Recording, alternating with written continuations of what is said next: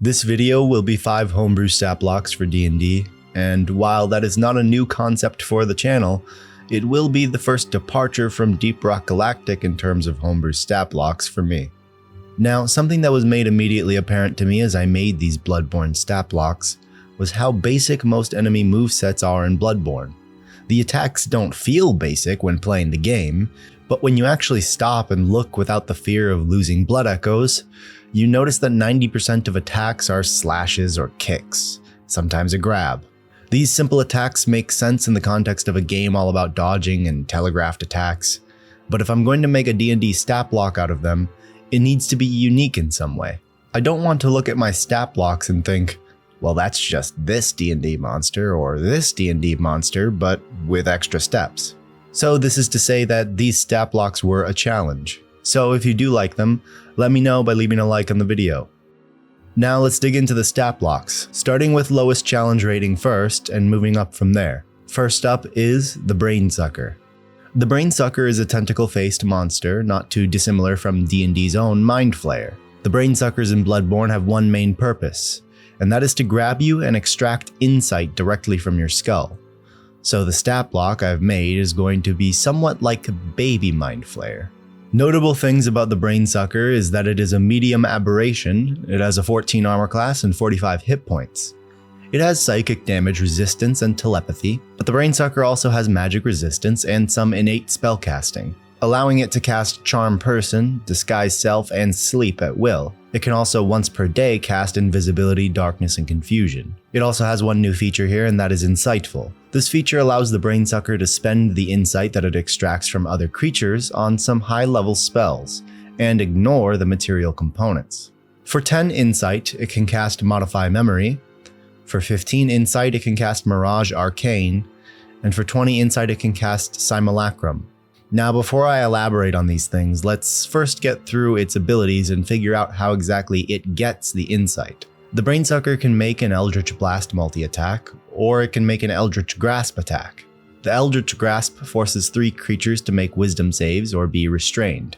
As a bonus action, the Brainsucker can extract insight. This is a melee attack, but it requires the target of the attack to be a humanoid that is either grappled by the Brainsucker, restrained, incapacitated, or willing. If any of these is the case, the target takes 16 points of piercing damage and has their wisdom score reduced by 5, while the Brainsucker gains 5 insight. Additionally, there are some consequences if the target's wisdom is brought too low. If it is brought below 10, they must roll on the short-term madness table in the Dungeon Master's Guide. 5 or lower, and they must roll on the long-term madness table. If it's brought to a 0, the target is incapacitated and rolls on the indefinite madness table. So now this brings us back to that insightful feature, where the Brainsucker can buy spells with the insight that it gets. It gets 5 insight each time it extracts insight, so it does take quite a bit of risk on the Brainsucker's part to attain the insight by using melee attacks. However, this can also be very dangerous for low wisdom humanoids, as they may be incapacitated after only 2 rounds of this if they have a negative wisdom. Furthermore, some of the spells that the Brainsucker can buy are also pretty crazy. Mirage Arcane can make an entire square mile area be something else entirely with illusion magic. And of course, Simulacrum will allow it to make a copy of itself. I can see huge potential in this stat block to be an environmental storytelling tool for your area in your world. Imagine one of these Brainsuckers gets into a village and starts consuming wisdom, then casting Simulacrum. And those Simulacrums consume more villager brains, and then they cast Simulacrum. All of a sudden, you've got an entire population of villagers who are either brain dead or completely insane, and potentially the area looks completely different because of Mirage Arcane. And even more than that, many of the villagers may have already had their memory tampered with by the Brainsuckers, while these Brainsuckers multiply day over day. Overall, I think not only does this stat block represent the Brainsuckers from Bloodborne quite well, but I think it stands on its own as a fun, lower level and more sneaky and deceptive version of the Mind Flayer. I think these Brainsuckers in and of themselves would make a perfect hook for your players, and sort of their own side quest to try and clear some area that's been completely ravaged by the trickery and the brain consuming that these things can do, without killing the populace. Okay, so next up, we have a stat block that was inevitable. Anyone who's played Bloodborne knows that some of the most fun enemies to fight are not the terrifying monsters and eldritch horrors, but other hunters. The Hunter is a medium humanoid with an 18 armor class and 75 hit points and a 35-foot move speed. Digging into the features, the first thing I want to mention here is the Hunter's Garb feature. This feature is here to indicate that, if you would like, the Hunter's Garb that the Hunter is wearing could be a loot drop for your players. What the Hunter's Garb does is it doubles the dexterity modifier of the wearer when determining armor class, so long as they aren't wearing armor and don't have a shield. Now I will say this item is quite strong, so it's up to you whether you want to allow your players to benefit from the Hunter's Garb like the Hunter does. If not, then just don't. I'm not going to show up at your game and force you to give this to your players. Well, at least not in person. I have a Hitman to do that. Moving on to our second feature, Hunter's Mark. This feature allows the Hunter to move when the creature that it most recently damaged moves. This ability is quite unique, and I put this in here to mimic, in my opinion, one of the coolest aspects of Hunter fights in Bloodborne, which is when you dodge and the enemy Hunter dodges in step with you. I can't be the only one who thinks it's an awesome moment whenever you dodge in Bloodborne and the Hunter immediately does the same thing. It really adds a cool feeling of fast pace and aggression when it happens. So I really liked the idea of mimicking that moment with an ability. Moving to the attacks, the Hunter has a multi-attack with either one hand crossbow and 2 axe swings, or 3 transformed axe swings. Now the transformed axe is part of the Hunter's trick weapon transformation bonus action that allows it to swap weapon modes. Normally, the Visceral Hunter Axe has a 5-foot reach and has a special feature where if the Hunter has advantage to hit and does hit, it is a critical hit, which works well with the hand crossbow, which has a chance to stun targets on hit.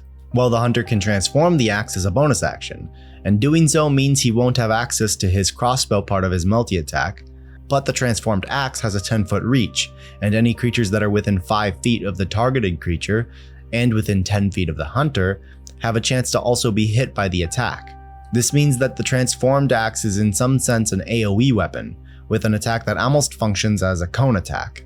Additionally, the Hunter has a bonus action, Beast Blood Pellet, which is inspired by the item in Bloodborne, and this basically gives the Hunter reckless attacks.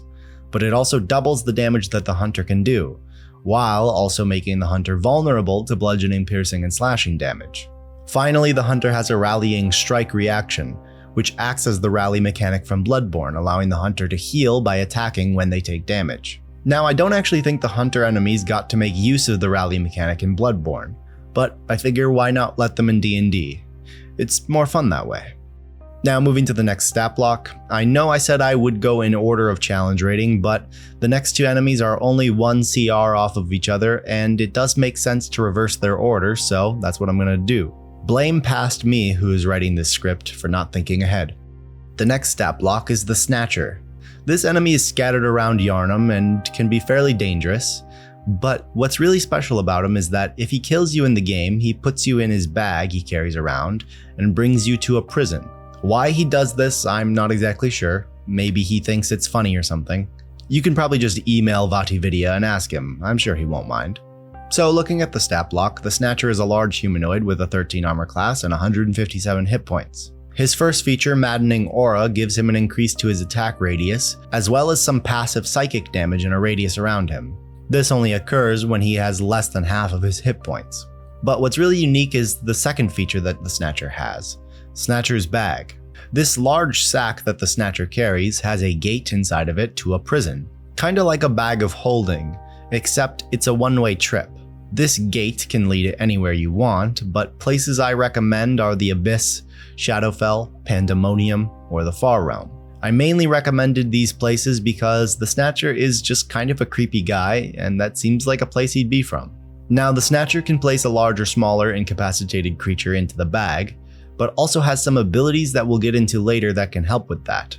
If a creature is placed into the bag, they get teleported to the prison. If the Snatcher loses his bag or dies, the bag bursts open into a gate that leads to that prison. This means that even if your buddy is placed into the bag, he isn't gone forever. You will still have a chance to follow if you can kill the Snatcher. Now, I will say killing the Snatcher does not just return your ally from the prison the same way killing a creature that swallows your friend does, so you will still have to venture to this prison if you want to save whoever was taken. This enemy would be the perfect thing to throw at your players as a fun side quest prison break if someone gets put into the bag. An entire 2 to 3 session adventure could come out of this if somebody's taken by the Snatcher. As far as attacks, the Snatcher has an Eldritch Rake attack that deals damage in a 5-foot radius or further if he's below half health. The Rake does quite a bit of damage, but also targets have to make a save, and if they fail, they roll on the short-term madness table. Yes, I am using the madness tables again. They fit really well with the Bloodborne stuff. Speaking of that, leave a comment if you'd like to see me revamp the madness tables in a video. I plan to use my stat blocks in my own games, and it is tempting to spruce up those madness tables for these stat blocks. Anyways, the reason the short-term madness save is so important here for this attack is because 4 out of the 10 effects on the short-term madness table are effects that can incapacitate a creature. So if a target fails their save, they have a 40% chance to become incapacitated in some way, which if they are, means it is very likely that they will be placed into the Snatcher's bag. The second attack the Snatcher has is a grapple melee attack, and a creature that is grappled is going to have to make saves at the end of their turns to resist letting the Snatcher just place them into the bag. The bonus action Prisoner's Mark is another fun little thing here, because it allows the Snatcher once per day to mark a target that it has damaged. While a target is marked, if they ever die or go unconscious at 0 hit points, a Snatcher will immediately appear nearby and try to send them to the same prison as the one the original Snatcher was from, who marked them. This is a fun little way to delay the whole prison break side quest thing for a future endeavor, as well as give that marked player something they need to worry about in all of their future quests. The mark can only be removed by actually going to the prison, or a wish spell. The mark can appear anywhere on them, but I recommend the palm, because honestly, I had Pirates of the Caribbean on the mind when I made this, and it reminds me of the black spot that Jack Sparrow gets placed on his hand. Finally, the Snatcher has the yoink reaction, which allows it to immediately place a creature into the bag if they are incapacitated or die within 5 feet of the Snatcher. This just makes it all the more scary to be close to the Snatcher in combat, especially since the Snatcher's Eldritch Rake can potentially incapacitate a creature. Okay, now let's go through a stat block for a more bestial creature. So, the Scourge Beasts in Bloodborne are lycanthropes, and the wiki tells me that they were once humans that were turned into beasts. The notable difference between Bloodborne and D&D here is that the D&D lycanthropes are shape changers that can switch between beast and human form and lose control sometimes, especially during full moons. The Bloodborne lycanthropes don't seem to have the ability to change back into a human. Now, whether this is due to the moon always being present in Bloodborne, or just due to a different type of curse, I'm not sure. But for the sake of the stat block, I'm going to give the option of a non-shape changing lycanthropy. So looking at the stat block of the Scourge Beast, it is a medium beast with a 16 armor class and 105 hit points. The first feature is called Bloodlust, and states that when the beast successfully attacks a creature, it gains Bloodlust equal to the current hit points of the target before the attack was made, divided by 10, rounded up. So to give an example, if the Scourge Beast hit a creature with 75 hit points, it would gain 8 Bloodlust.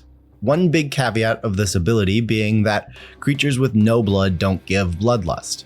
So if your party is a squad of all Warforged, maybe steer away from this stat block. The next feature, Bloodstarved, gives the Scourge Beast advantage on all attacks against creatures with full hit points. This represents the Scourge Beast's desire for blood, but also plays into its Bloodlust feature, because it gains more Bloodlust when it attacks higher health targets.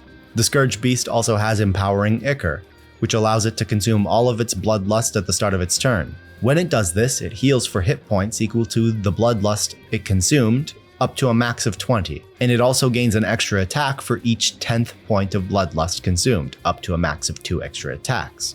So in reality, even though the Scourge Beast can have as much Bloodlust as it collects, this consumption will only benefit the beast up to 20 points, and after that the points are just wasted. However, the beast does have a reaction that it can use to spend some of that extra Bloodlust. But before we make our way to that, the Scourge Beast does have one final feature, and this feature is just outlining what type of lycanthropy the Scourge Beast has. The main difference being, as I stated earlier, the cursed creature can't revert forms at will. The cursed creature must have the curse removed in order for it to revert back to human. Moving on to the attacks, the beast has a bite attack, which comes along with a saving throw to resist the Scourge of the Beast lycanthropy. If you fail, you are not cursed immediately. You go through a series of rounds where you must make saves at the start of your turns. If 3 successes is reached before 3 failures, you can fight off the curse. However, when you do fail a save during this, you must use that round of combat to make attacks against random targets.